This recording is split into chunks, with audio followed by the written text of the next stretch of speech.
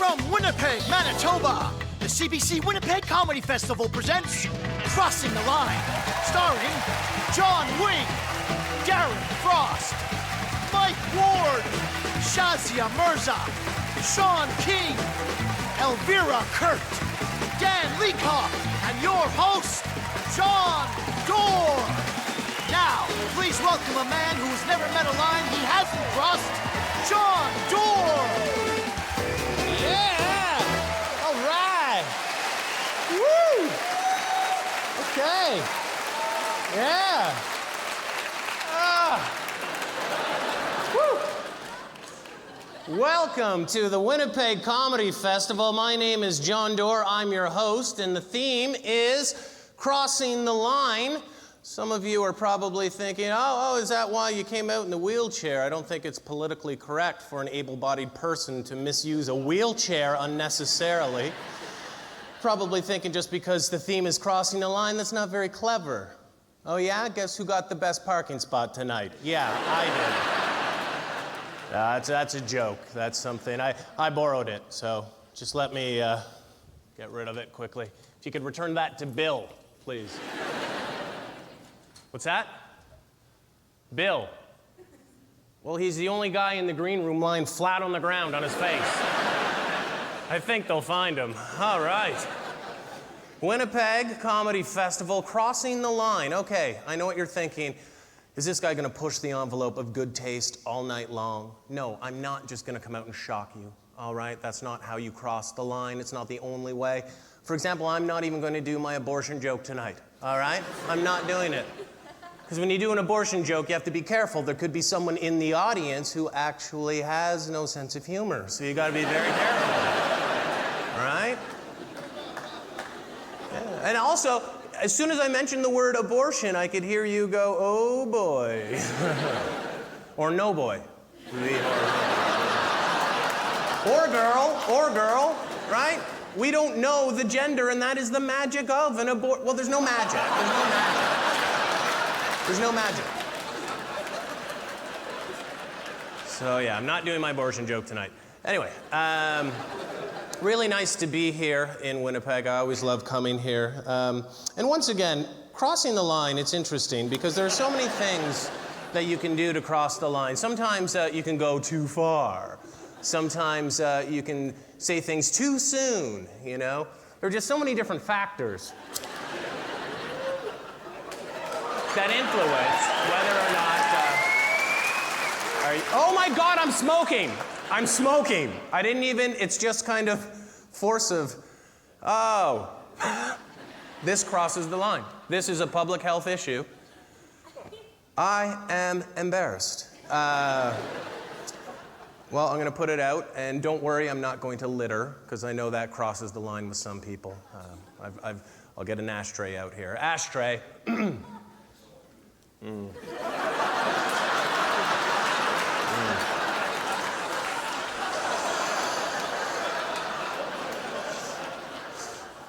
Get out of here. Yeah, I know.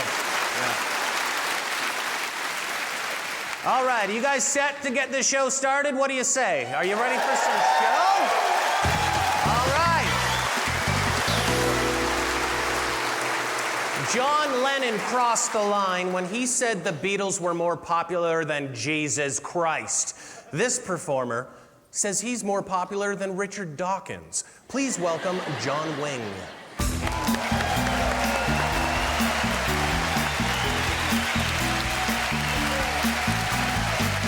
Thank you.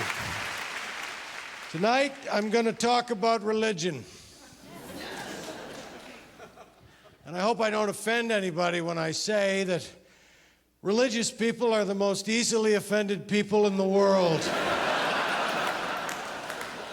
The world, for the sake of argument, has 6 major religions, okay? Judaism, Islam, Hinduism, Buddhism, Christianity, and Facebook. Most of them follow deities or prophets who became deities. One of them follows a young Jewish boy who started with 12 followers and now has almost 1 billion. And then there's Christianity, which follows Christ.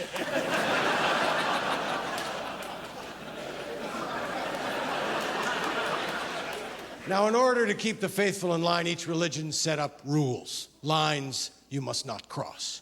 Muslims must pray 5 times a day facing Mecca.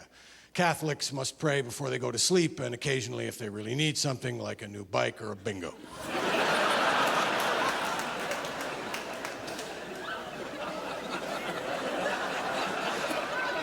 I'm Catholic, so I can get away with that one. Some of the religions have taboos, like jokes. You can tell Buddhist jokes. Buddha is at the ball game, and he goes up to the hot dog vendor and says, make me one with everything.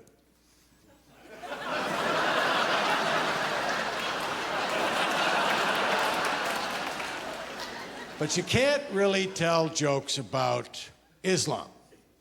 Islam is so strict that if you make fun of their prophet, the big guy, they declare a fatwa on you. I don't even want to say the prophet's name. Let's call him Voldemort.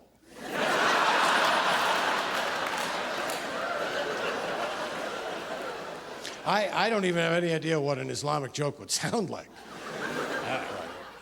2 Muslims walk into a bar. And they stand there, you know, watching the infidels defile themselves with alcohol. And a woman comes up to them and says, hey, does my ass look fatwa in these pants? God. That's a burqa slapper. All right, let's move on.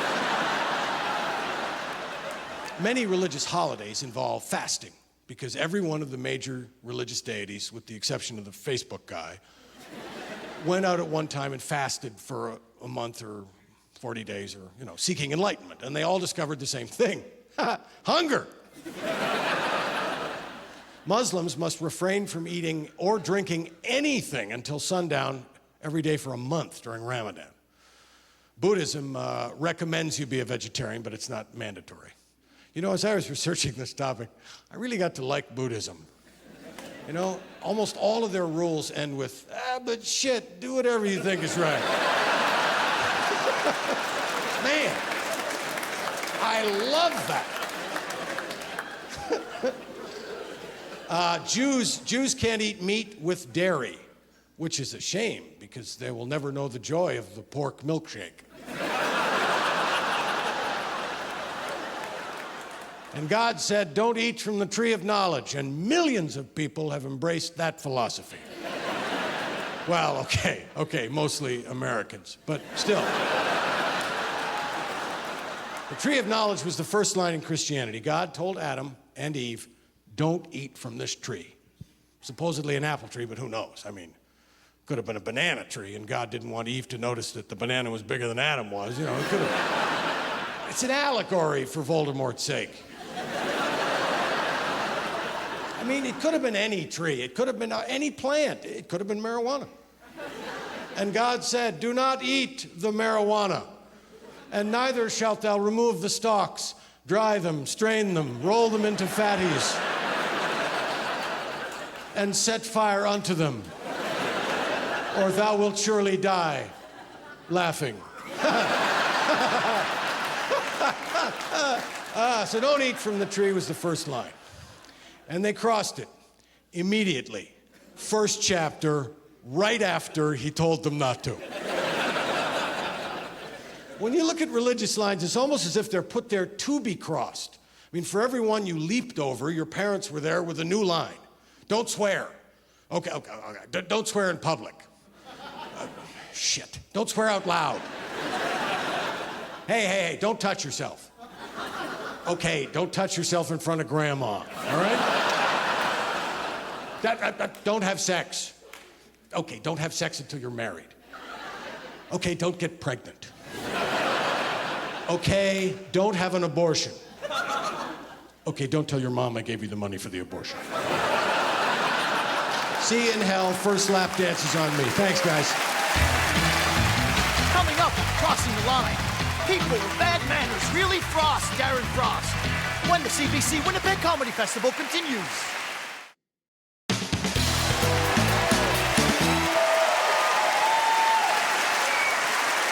People today have no manners. The other day, I noticed a man flashing this woman, and she just turned away without even excusing herself. Disgusting. Here to say mind your manners, please welcome Darren Frost.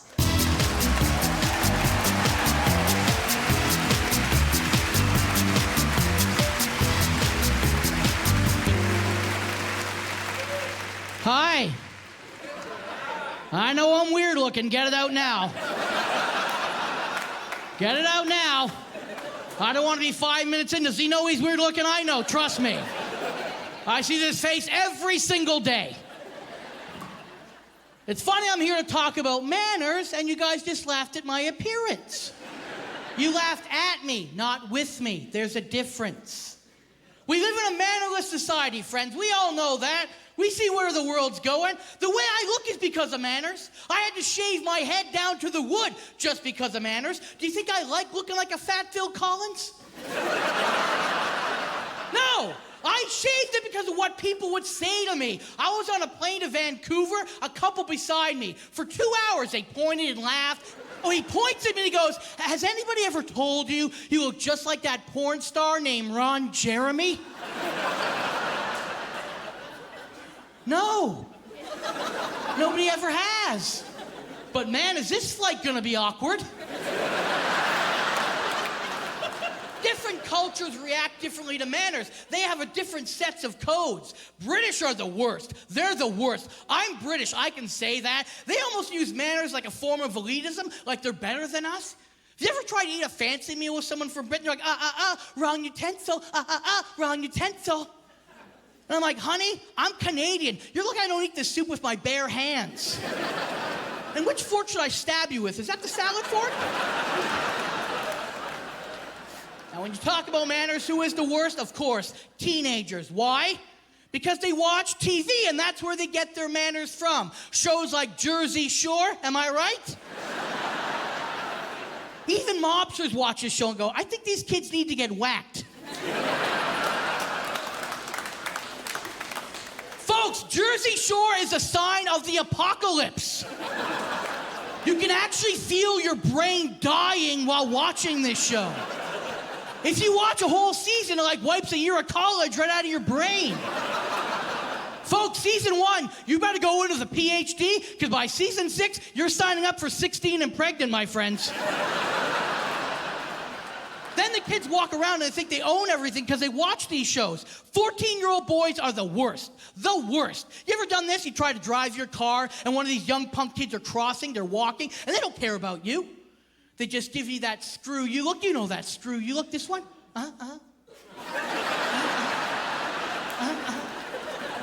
Yeah, you keep doing that, then I'm gonna hit you with my car. And that'll be the only thing you can do with your head after the accident.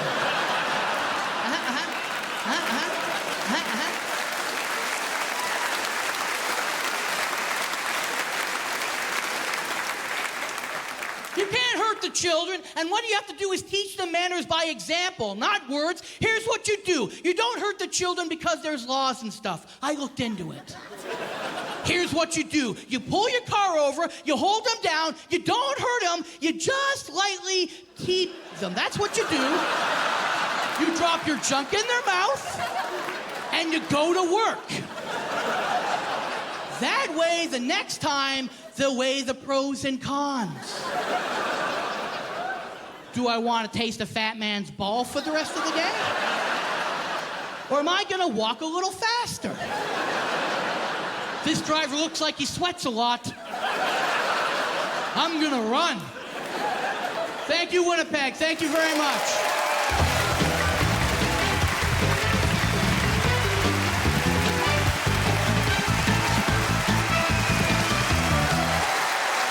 Leaving your kid in the car while at the casino is crossing the line. Leaving your kid in an alley while doing a comedy set is something this guy would do. Please welcome Mike Ward.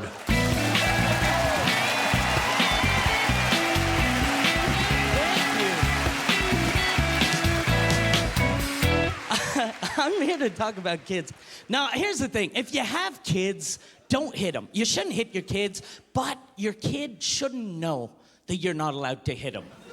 Because that's what's going to keep your kid in line, fear. When I was little, my dad didn't hit me. I didn't know he wouldn't, though. So whenever he'd raise his voice, it used to scare the hell out of me. I'd shut up. I'd listen. Nowadays, it isn't like that, though. You raise your voice and your kid's like, you can't hit me. I'm 7. If you hit me, I'm going to call child services. If ever your kid tells you that, hire another 7-year-old to beat the crap out of them. I sponsored a kid, and I was on the World Vision website, you know, where you can sponsor a little kid from Africa, and you can pick and choose your kid. Like, you choose them by date of birth, gender. I picked one that was born the same day as me, and the same day, not the same year, right? I didn't sponsor some dude in his 30s, so anyway... I write my birth date. I'm like, okay, I write my birth date. 2 kids pop up. One of them, Nelson, he's from Kenya. He's amazing. He's 4 years old. As soon as I saw him, I was like, yes, that's the one I want. Add to cart. So I had him. Because the other one was weird looking. The other one was he looked all poor, and he had a mustache. He's 7, he's got a mustache, and his name was Treasure. Treasure. But as soon as I saw him, I got why his parents called him Treasure, because I wanted to bury him too. So I want to adopt a kid. I want to adopt a little black kid like Sandra Bullock has. And I'm from Quebec, and people are really racist in Quebec. Like I said on Quebec TV that I wanted to adopt a little black kid. Everywhere I went for a week, people were talking to me about it. Like I'm at this store, this lady comes up to me, and she goes, I know who you are. And I'm like, okay, this old lady. And she's like, I would never raise a black child. And I was like, okay, so I'm not going to ask you to help me. Then... I'm in the same store, right? And this guy comes up to me, and he's with his daughter. His daughter's like 11 years old, and he goes, look, I'm not racist, but if ever she brings home a big black man, I'm gonna freak out. And I was like, of course you're gonna freak out. She's 11. We overprotect our kids. Like in Quebec, the drinking and driving, they wanted to lower the limit to 0.05. And I saw this crazy woman on the news going, it's dangerous. Drinking, driving's dangerous. You're gonna get drunk, you're gonna hit our kids, and it's dangerous. And here's the thing. Drinking and driving is dangerous, but if you really want to protect the kids, when are kids outside? They're outside during the day. So if you want to protect them, put the limit during the day 0.0.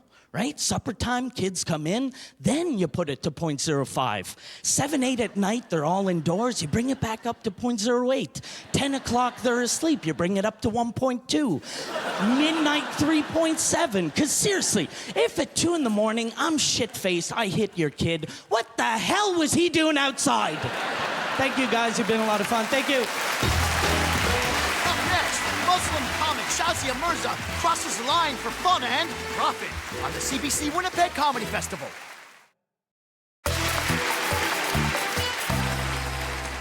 As a Muslim woman, I can relate to our next guest. We are members of a culture that treat women like dirt. Show business. Please welcome Shazia Mirza.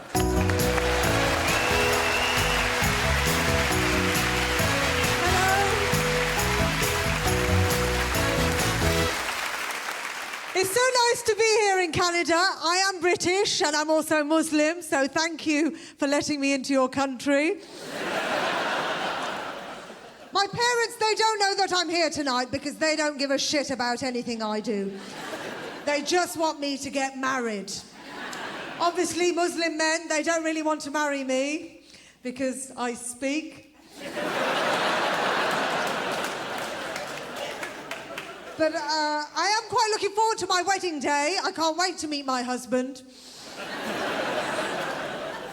My friend Julie, she always says to me, how can you sleep with someone you don't know? I said, well, you do it all the time.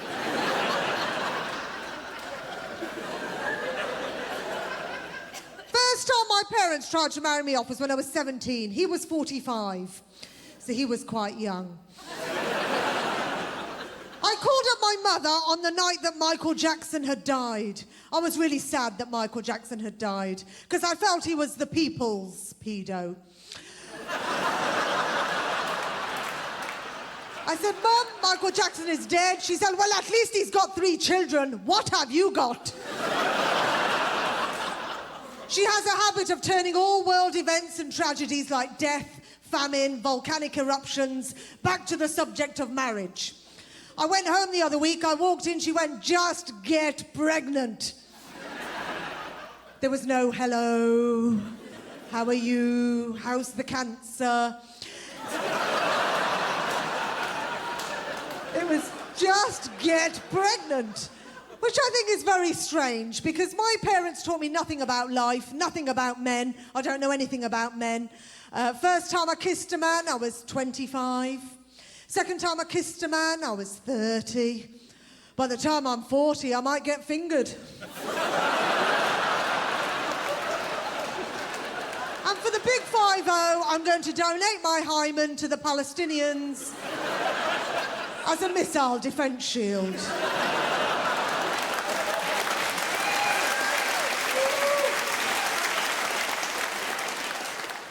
The thing is, I think parents' expectations are different in different cultures. See, one of my parents' expectations was they always used to say to us, you must never have sex before marriage. And the thing is, I've never had sex. I know people think this is really weird, especially white women in Flin Flon. But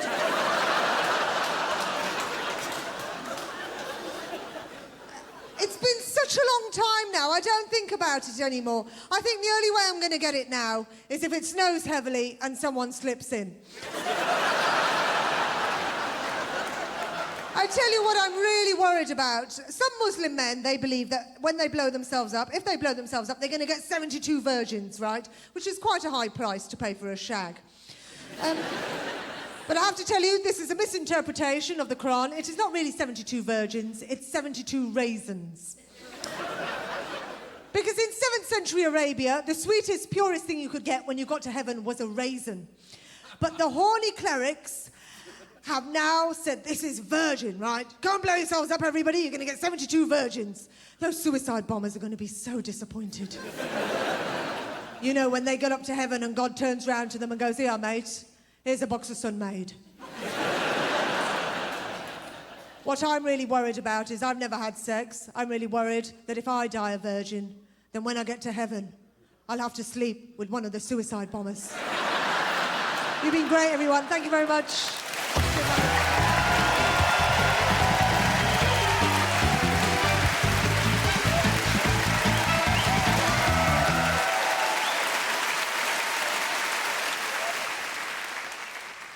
It's been brought to my attention that perhaps some of the things I've said tonight have genuinely crossed the line.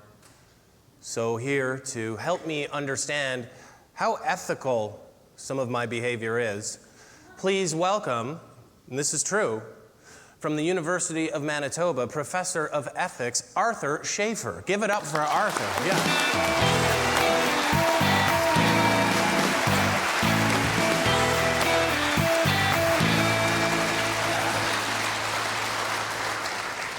How was my handshake, Arthur? Ethical, I hope? I know you've been reading Aristotle's Nicomachean Ethics, John. So you'll know that virtue is the golden mean between two extremes. So your handshake wasn't crushing, but it wasn't wet and limp either, so top marks from Aristotle.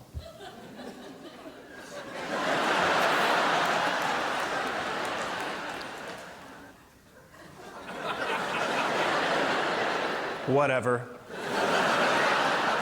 My ethical intuition seems to be all over, so can you help me sort myself out?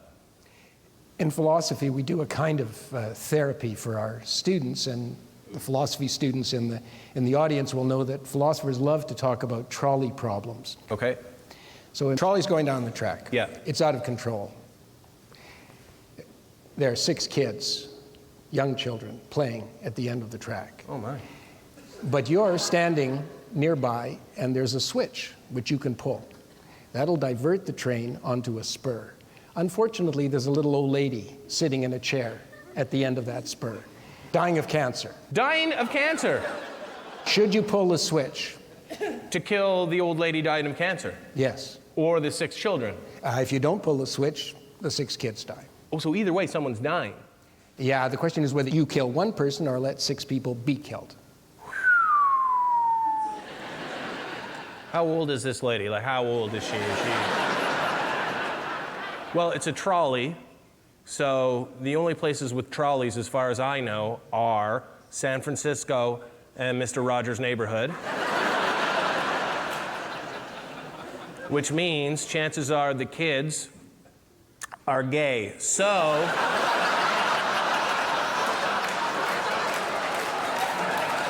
that's gonna look like a hate crime on my behalf. I would kill the lady. I would kill the lady. She's already dying. Sounds a bit ageist. Ageist? Is that a real thing?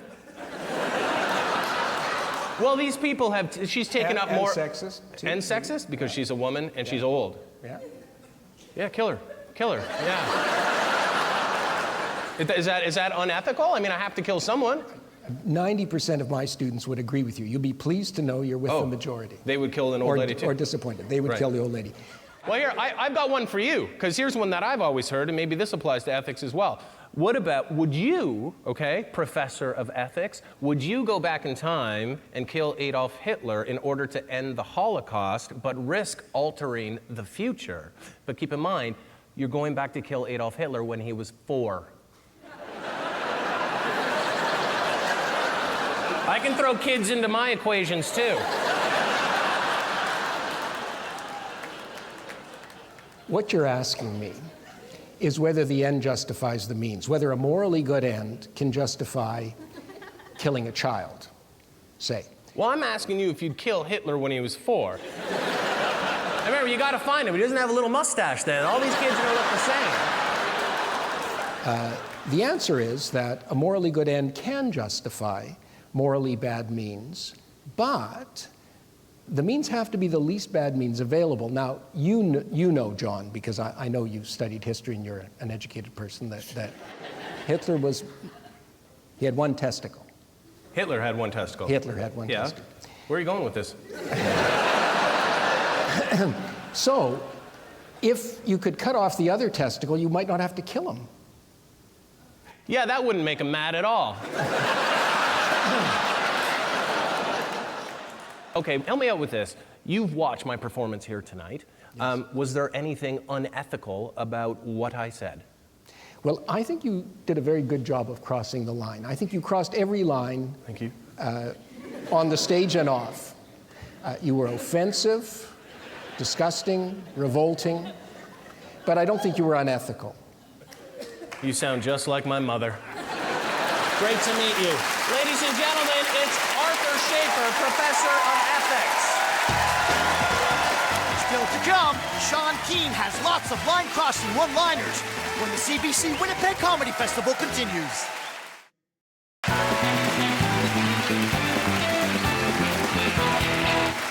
Some say this performer crosses the line with his jokes. I say he crosses the line with his midget butlers. Please welcome Sean Keane.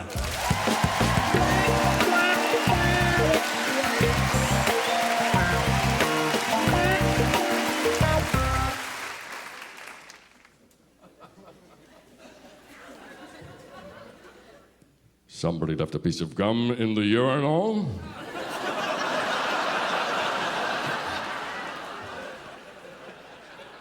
I saw my parents on the Antiques Roadshow. Together at auction, they'd fetch over $1,000. They'd be worth more if my mother had both her original legs.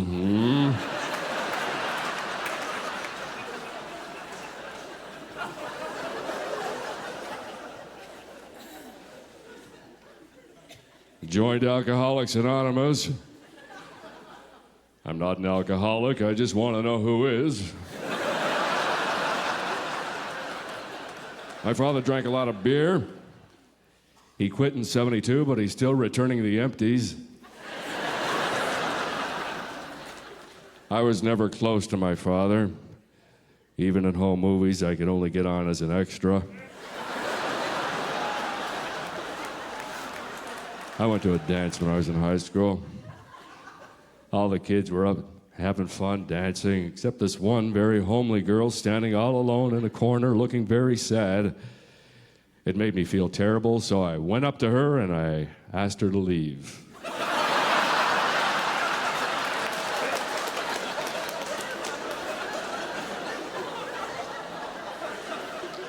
I found a baby on my doorstep this morning. I couldn't believe it. Tonight I left the house, it was still there. I recently converted. I was a Roman Catholic. I'm now a New York Jew. But I still go to church. I like to dress up for church. Last week I dressed up as Batman.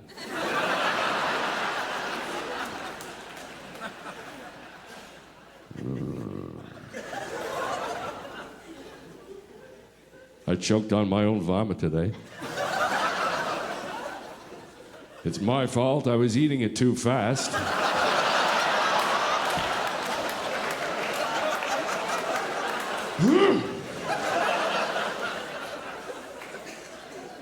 I guess the question I'm most often asked is, what?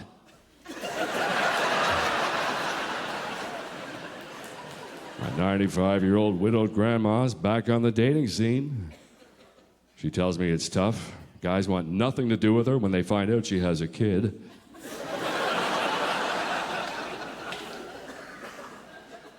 I think my grandmother stuffs her bra. At least it feels that way.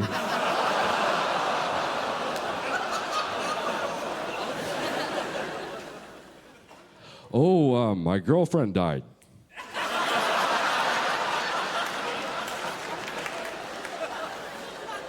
Almost a week ago, but it's only now that I can laugh about it. I didn't go to her funeral. I couldn't get a date. I asked her sister, but she had to go to some family function. And my wife didn't want to go. She told me she just wanted to be loved and treated like a human being. I said, sorry, babe. No can do. First time we had sex, she said she felt cheap. I said, so next time, charge more. She said, do you think my ass looks big? I said, everybody does. Ladies and gentlemen, comedy's my job and I quit. Thank you and good night.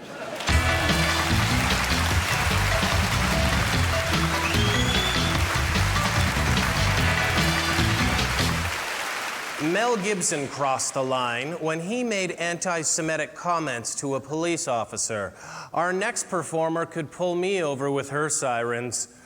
Please welcome Elvira Kurt.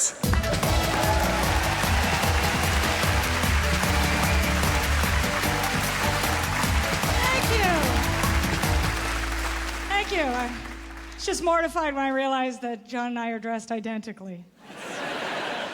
I'm so glad I shaved. For those of you who are wondering why I'm on this show, look at me. I'm a grown woman who looks like Astro Boy. I wake up crossing the line, you know what I'm saying? I'm a middle-aged lady dressed like a tiny gay cowboy. I'm a lesbian dad who tells jokes for a living. I got so many issues coming out my hoo-ha. I don't know what I need more, therapy or a gynecologist. But I do it instinctively. I could do it in my sleep, cross the line, you know what I'm saying?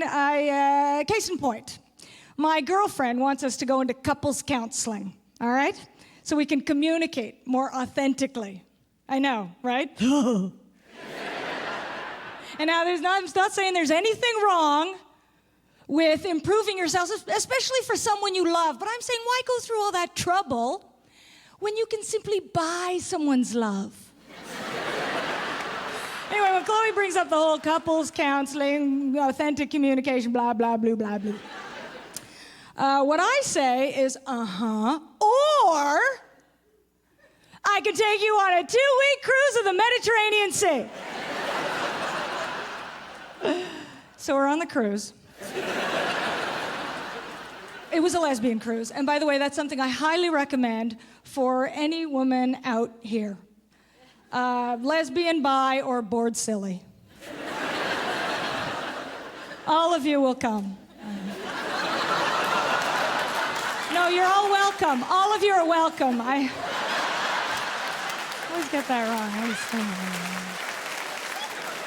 And lesbian cruises, by the way, they're very different from any other type of cruise. The marketing is completely different, you know? All the pamphlets are and very nurturing, you know? It's very woman-focused. All the pamphlets are, everyone's got warm smiles and they're pastel colors, and the whole vibe is like, ooh, feel free, be free, stay free. It's like you're on a boat full of maxi pads. Gay men's cruises, the complete opposite. Just very direct. A white poster, block letters, on the water.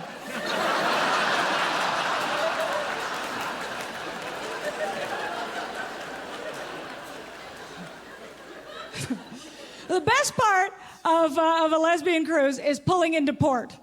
Any port, anywhere in the world, because of what happens when we get off. It's the same every single time. And you know, ports, they're crazy, insane, noisy places with just like a swath of people from all over the world thrown together, all these different cultures and dialects, you know. And they're united by one thing. They get freaked out by the lesbos. But they're all there, all these people from all over the world. A port it's like a Babel with fanny packs, right? And then the lesboat pulls in. And they don't know it's a lesboat. It's just looks like any other. And then we start to disembark, and then it's just ladies after ladies. They're just 2 by 2, like some bizarro Noah's Ark. You just where Noah stands for no dudes. And that crazy, that deafening noise just drops suddenly to like an eerie silence. And everyone realizes it's just women, you know? And then the whispers start where they try to guess what we are. It's like, oh, it's teachers, it's teachers.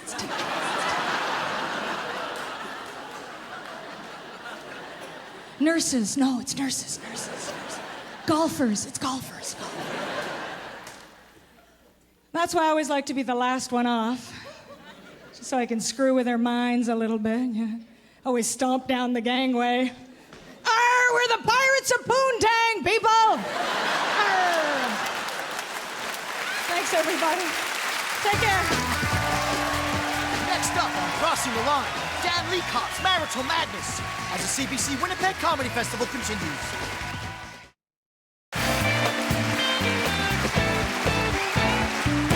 Ben Johnson once crossed the line and established a new world record.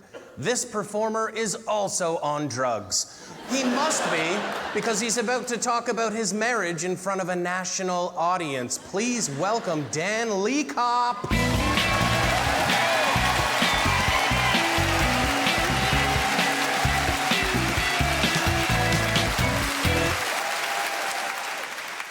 Thank you. It is great to be here. First of all, I want to thank Manitoba Liquor Marts for being a loyal sponsor. Yes.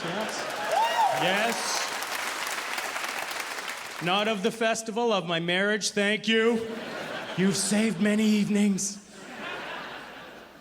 Have you ever done this? Have you ever gone in your liquor cabinet, find an old bottle of booze you didn't know was there? Nothing? Dead silent. Sorry, I forgot where I was. Sorry. This is Winnipeg. All of our alcohol is consumed immediately upon purchase here. Yes.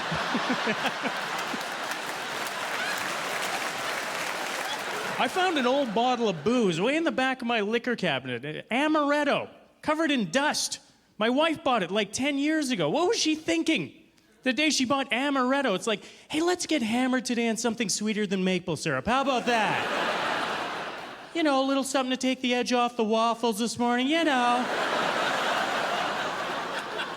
My wife tries with me, but she took me to a wine tasting recently, and I know nothing about wine, but I catch on quickly. All you have to do to pretend you're a wine expert, take a sip of any wine, describe it with 2 random items.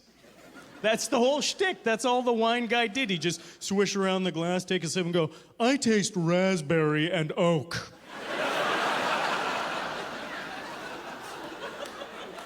Does anyone else here taste oak? I'm like, I have no idea since I've never eaten a tree, all right? Oak? Who are you talking to, a beaver? What's going on here? There are rules at a wine tasting my wife didn't tell me about. Rule 1, you're not supposed to drink the wine. You're supposed to sip and then dump into a bucket. I didn't know this. 20 minutes in, I am trashed. The only guy there drunk. Now I'm embarrassing my wife. I'm doing my own wine descriptions. It's I taste pencil shavings and goat testicles. Anyone else? On the low notes, anybody? No? Tony Danza and a badger. Who's with me? What's that? Oh, apparently my wife says we're leaving. Anyone sense bitterness and anger in that tone? Shame and marital regret. Anyone? No? I shall bid you adieu. My wife drinks her fair share of wine. She does, and my fair share, and some of your fair share. I don't blame her, and she only started drinking wine after she married me. Wow, take a hint.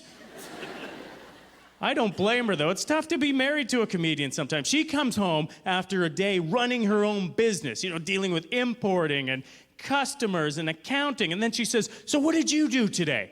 I spent the entire day crafting a fart joke. That's what I did. And I forgot to buy groceries. Yes, yeah. And now you're going in the bathtub with a bottle of wine. Good job, yeah. I'll be waiting for dinner. Yeah.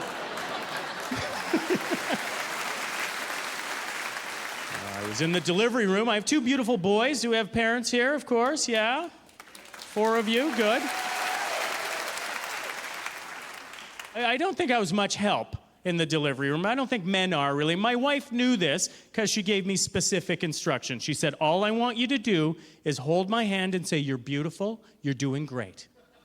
Easy, and I love her, no problem. So that's what I did. Problem was, our first son, Zach, 26 hours labor. My poor wife, yeah, and I gotta admit, after about 18 hours, I kind of lost my enthusiasm.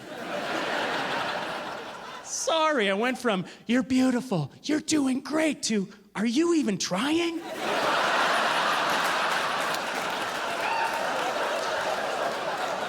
And do you want to have this baby? That's all I'm wondering.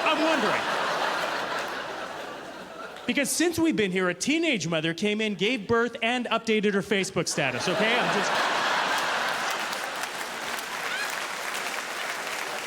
26 hours. Yeah, 18-hour point, too. That was also the point where my wife gave up on the idea of the natural childbirth. Because before then, she said, I'm just going to deal with the pain by breathing and meditating. And at hour 18, she said, I'd also like to add heroin to that. Could I get... Yeah. Run out and get some smack, okay? Could you, please? Oh, I was exhausted. Hour 18. Finally, the doctor comes in and said, would you like an epidural? I said, I would love one. Man, it was great. My legs were numb. It was fantastic. I said, I'll give one to the wife, too. Free healthcare. Buy for everybody. I'm buying. Epidurals and wine. You guys have been great. Thank you. This is so much fun. See you. Good night.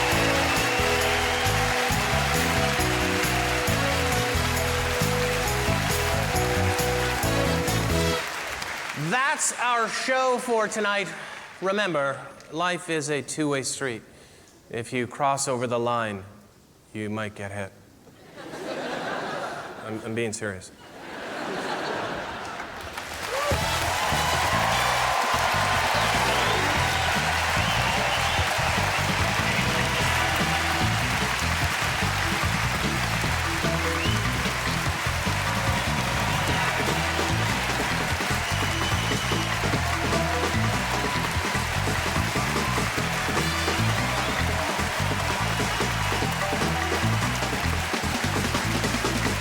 Bye.